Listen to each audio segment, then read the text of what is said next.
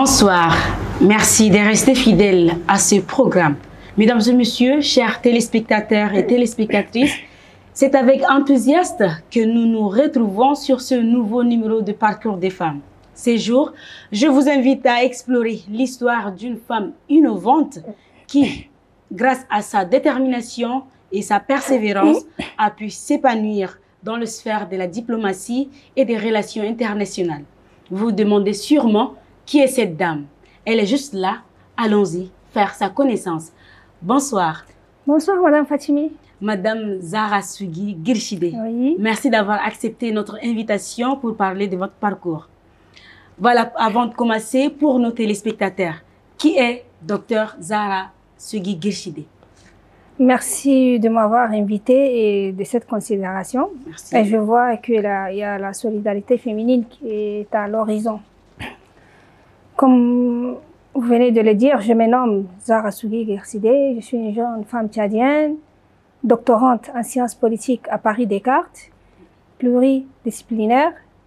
J'ai 3 masters en droit international, droit des affaires et en politique du développement. Actuellement, j'occupe le poste de la directrice de la communication et de la coopération internationale au Fonds national de développement et statistique. Auparavant, j'étais directrice des études et des menaces transnationales au ministère des Affaires étrangères. Donc là, on est à la fin de la campagne présidentielle. On vient d'investir notre candidat qui est aujourd'hui le président de la République du Tchad. Et je suis très contente. Très contente. Et on est arrivé au bout de notre rêve politique, disons. Ok, d'accord. Docteur Zahra Sougui Girchide, vous avez souligné que vous êtes pluridisciplinaire et titulaire de plusieurs diplômes universitaires, si on peut se permettre de le citer. Vous avez un master en droit des affaires, un master en droit international et politique du développement, un master en diplôme et stratégie que vous avez brillamment soutenu avec mention honorable, très mention honorable, c'est bien cela. Ainsi, vous avez un master des affaires internationales. Dites-nous, qu'est-ce qui vous a motivé à faire ce long parcours scolaire? Déjà, j'aime étudier. Depuis toute petite, j'aimais l'école, j'adorais l'école. Okay. Arrivée en classe de seconde, donc j'avais le choix parce que je travaillais sur les 2 options en littérature et en scientifique. Ah. Oui. Et qu'il y a eu un conseil de prof et j'avais le choix de choisir. Entre les deux. Entre les deux, j'ai choisi de faire la première L. Donc j'ai fait mon bac, que je l'ai obtenu avec mention aussi. Et je m'étais envolée vers la France. J'ai fait la prépa et j'ai intégré les grandes écoles. Déjà, toute petite, j'aimais l'école. Donc, c'est normal. La suite, pour moi, c'est pas étonnant, en fait. D'accord. Et si je me trompe pas, vous avez été major de quelle promotion là déjà, si vous pouvez en parler à nos téléspectateurs? Je vois que vous êtes un peu informée, très curieuse aussi. Merci. Oui, j'avais fait le Centre d'études diplomatiques et stratégiques de Paris. J'étais major de la promotion avec une mention très honorable.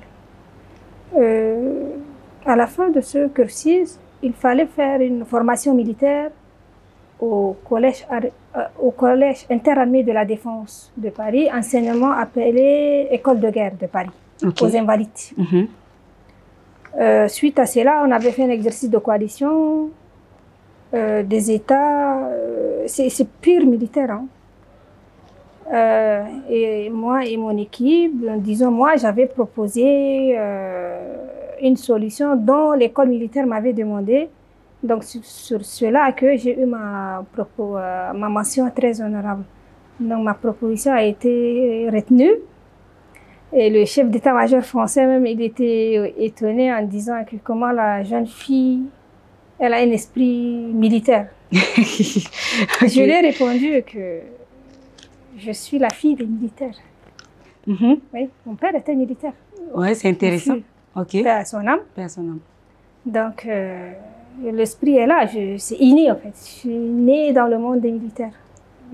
Donc du coup, voilà. Ils ont retenu ma proposition et à la fin, j'ai eu ma mention très honorable. Mais justement, je suis encore curieuse, comme vous l'avez souligné. Là, à ces moments-là, quel a été votre ressenti, vu que voilà, parmi les 100 quelques pays africains, vous étiez la femme africaine qui a eu cette mention honorable. Quel a été votre ressenti à ce moment? Là, vous devriez poser la question, comment vous aviez fait d'abord? Allez-y, comment vous avez fait pour arriver à cela et vos ressentis? Je m'étais dit, si quelqu'un d'autre peut le faire, et si un homme blanc peut le faire, pourquoi moi je ne peux pas? Ah, amazing. Voilà, j'ai cogné sur la table et j'ai pu l'être. Justement. Voilà. En fait, c'est, comme je vous dis, c'est l'amour de l'école. C'est l'amour des études. J'étais une étudiante très brillante. Mes professeurs me connaissent. J'adorais étudier, j'aimais étudier, ce qui fait que la même année, j'ai eu 2 masters. Pour entrer vraiment dans le vif des sujets, qui est votre domaine, surtout la diplomatie, est-ce que vous pouvez nous raconter comment cet amour pour la diplomatie a commencé? Je revenais encore quand j'étais petite. Ok. Quand je regardais la télévision, je voyais les belles dames habillées en tailleur sur les scènes internationales. Je rêvais de ça et je rêvais même d'une hôtesse de l'air à l'époque. Je disais que oui, je serais hôtesse de l'air, mais après, ça a changé. Oui. Et j'aime la diplomatie. Pourquoi? Parce que je voyais ces grandes femmes, comment elles défendaient leur pays dans des conférences internationales. D'accord. Surtout avec l'audace, l'audace de parler, avec l'audace, okay. Elles étaient élégantes, oui. Et elles étaient intelligentes. Wow. Donc depuis toute petite, quand je voyais ces dames, donc ça m'a beaucoup inspirée d'aller vers la diplomatie et le droit, bien sûr. Ok. Et vous avez choisi de faire la diplomatie et le droit en même temps? Oui, en même temps. Oui, okay. En même temps. Mais dans la diplomatie, comme vous avez souligné tout à l'heure, que vous suivez des femmes qui étaient éloquentes, très brillantes pour défendre leur pays. Vous, quelle est cette dame qui vous a plus motivé à vraiment suivre ses pas actuellement, comme vous êtes déjà une diplomate? Margaret Thatcher. Oh, L'expert. Expert Ok, d'accord. De Londres. Alors, vous avez occupé plusieurs postes depuis, si je peux me permettre, depuis 2016 jusqu'à aujourd'hui. Pouvez-vous nous dire lequel, parmi vos postes-là, lequel qui vous a plus marqué et qui vous a donné, que vous avez pu acquérir beaucoup d'expérience dans le domaine de la diplomatie? C'était aux affaires étrangères, bien sûr. C'était quel poste déjà? Directrice des études et des menaces transnationales. D'accord. Donc, je voyageais beaucoup et j'assistais dans des conférences de crise, surtout en Afrique. La gestion des crises, quand on dit menaces transnationales, c'est toutes menaces comprises. Hein.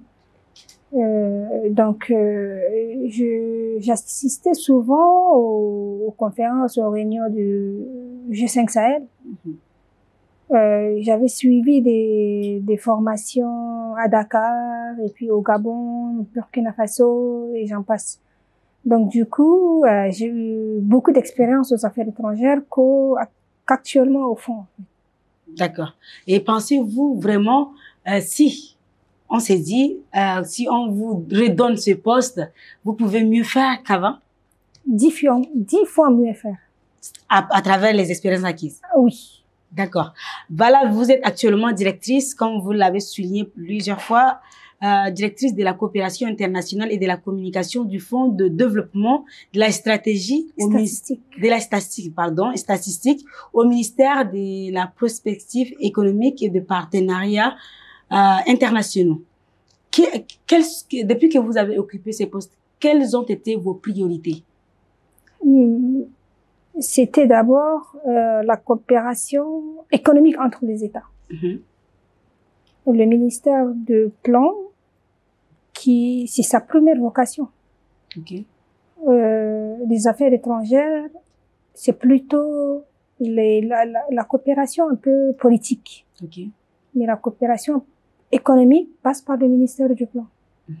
C'est un grand ministère dont j'admirais beaucoup ces fonctionnaires. Et même actuellement, ils font un grand travail. C'est pas une petite tâche. Certainement, en vous nommant à ces postes, vous avez eu des projets. Genre, si je deviens seulement directrice de telle institution, j'ai des priorités à faire. Par exemple, je dois mettre telle chose en avant, telle chose doit marcher et tout. Vous, depuis là, est-ce que vous pouvez nous énumérer les priorités donc pour vous, afin que le secteur de la coopération internationale puisse avoir un coup de pouce? Quelles sont les priorités? Qu'est-ce que vous avez à faire pendant ce temps-là?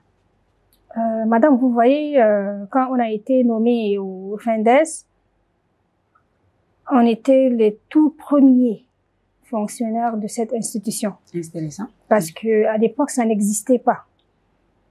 On a été nommé, c'était sur papier. Okay. Ma priorité, c'était de mettre sur pied une belle institution, une grande institution, d'abord. Oui. Les projets viendront après. Okay. Et on est sur la bonne voie. L'institution est déjà mise sur pied, actuellement. Là, vous entamez d'autres phases. Voilà, d'autres phases. Pour concrétiser de vraiment. Coopération dans le domaine des statistiques. Ok, voilà. Ok. Alors, vous êtes jeune, vous êtes vraiment engagé dans la politique et tout. Vous êtes jeune et l'on vous voit attaché à la politique. J'adore la politique. Ah, parlez-nous un peu de vos engagements, surtout de vos engagements politiques et les valeurs et principes que vous défendez. Je valeur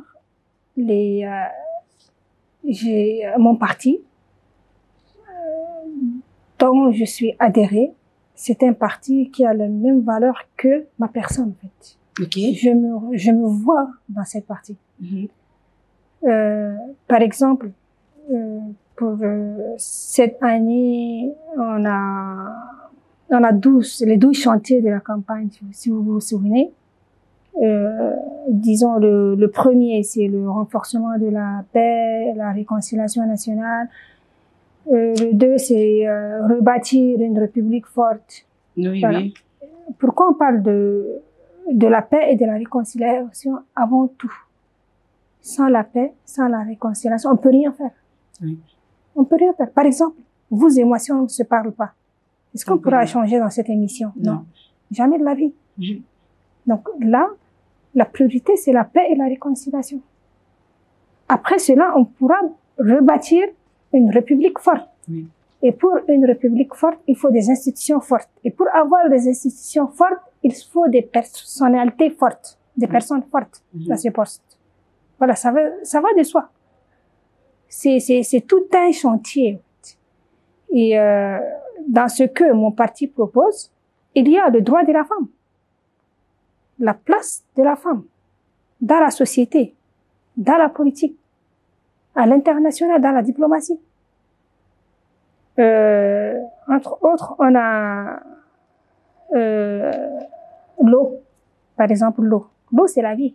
De nos jours, on sait un peu dans quelques coins du pays, on a le problème d'eau.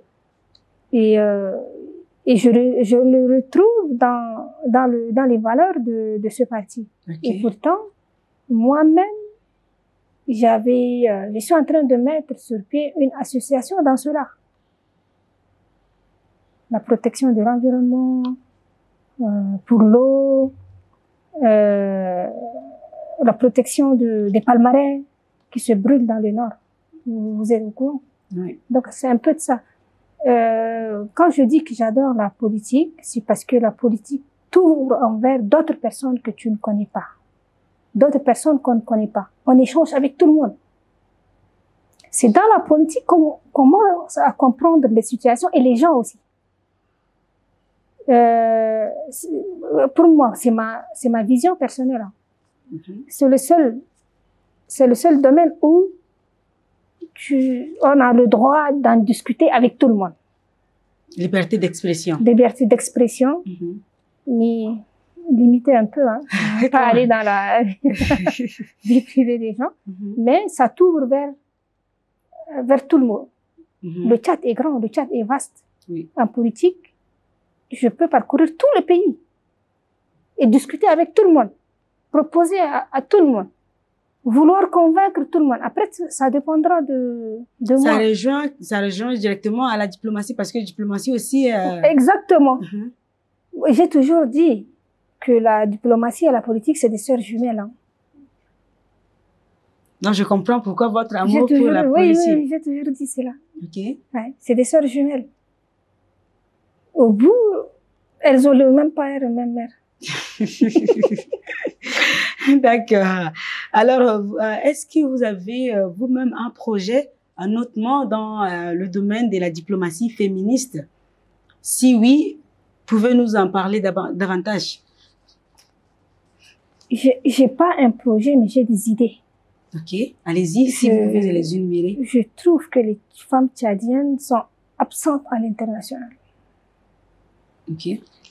Par exemple, dans les institutions internationales, chaque pays a un quota. On a des quotas. Et là, la plupart, on retrouve des hommes, en fait.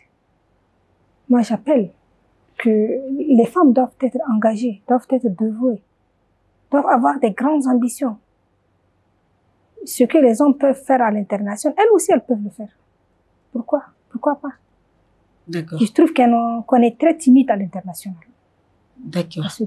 Donc, n'y pensez pas vraiment, comme vous connaissez déjà les problèmes de ça. N'avez-vous pas de projet? Ben, par exemple, il n'y a pas de femmes à l'international, vu que je suis une femme diplomate.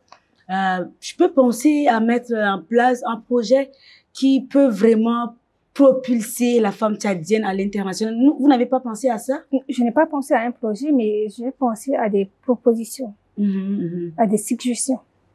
Par exemple, le ministère des Affaires étrangères, il y a des femmes fonctionnaires à l'international, à l'intérieur plutôt. On a des femmes fonctionnaires aux affaires étrangères. Pourquoi ces femmes ne sortent pas souvent à l'international? C'est ça. D'accord. Donc, les ressources humaines des affaires étrangères doivent revoir ça un peu. Ok, d'accord. Ça marche. Nous tendons à la fin de notre émission, mais avant de dire au revoir à nos téléspectateurs, qu'avez-vous à dire aux filles et aux femmes qui nous regardent en ces moments? Quels conseils leur donnez-vous, surtout en ce qui concerne, surtout celles qui souhaitent vraiment suivre une même carrière que vous? Moi, je dis à nos enfants et à nos petites sœurs, allez à l'école. C'est important. C'est très important. Allez à l'école. Aimez l'école. Étudiez. Lisez. Et après, tout viendra. Parce que on ne peut rien faire avec l'ignorance. Il faut sortir de l'ignorance. L'ignorance, c'est l'obscurité. Et la connaissance, c'est la lumière. Tout simplement. D'accord. Vous avez juste à dire à ces femmes-là qui nous regardent. Alors, allez-y à l'école, comme l'a dit docteur Zahra Gursideh. J'ai pas écorché votre nom, j'espère. Merci, chers téléspectateurs. J'espère que vous avez passé un bon moment avec nous et merci pour votre confiance renouvelée. Restez sur Tchad Info TV, vos programmes continuent. Et nous n'oublions toujours pas à dire merci à Orca qui ne cesse de nous accompagner tout au long de notre émission. D'ici là, portez-vous bien. Au revoir.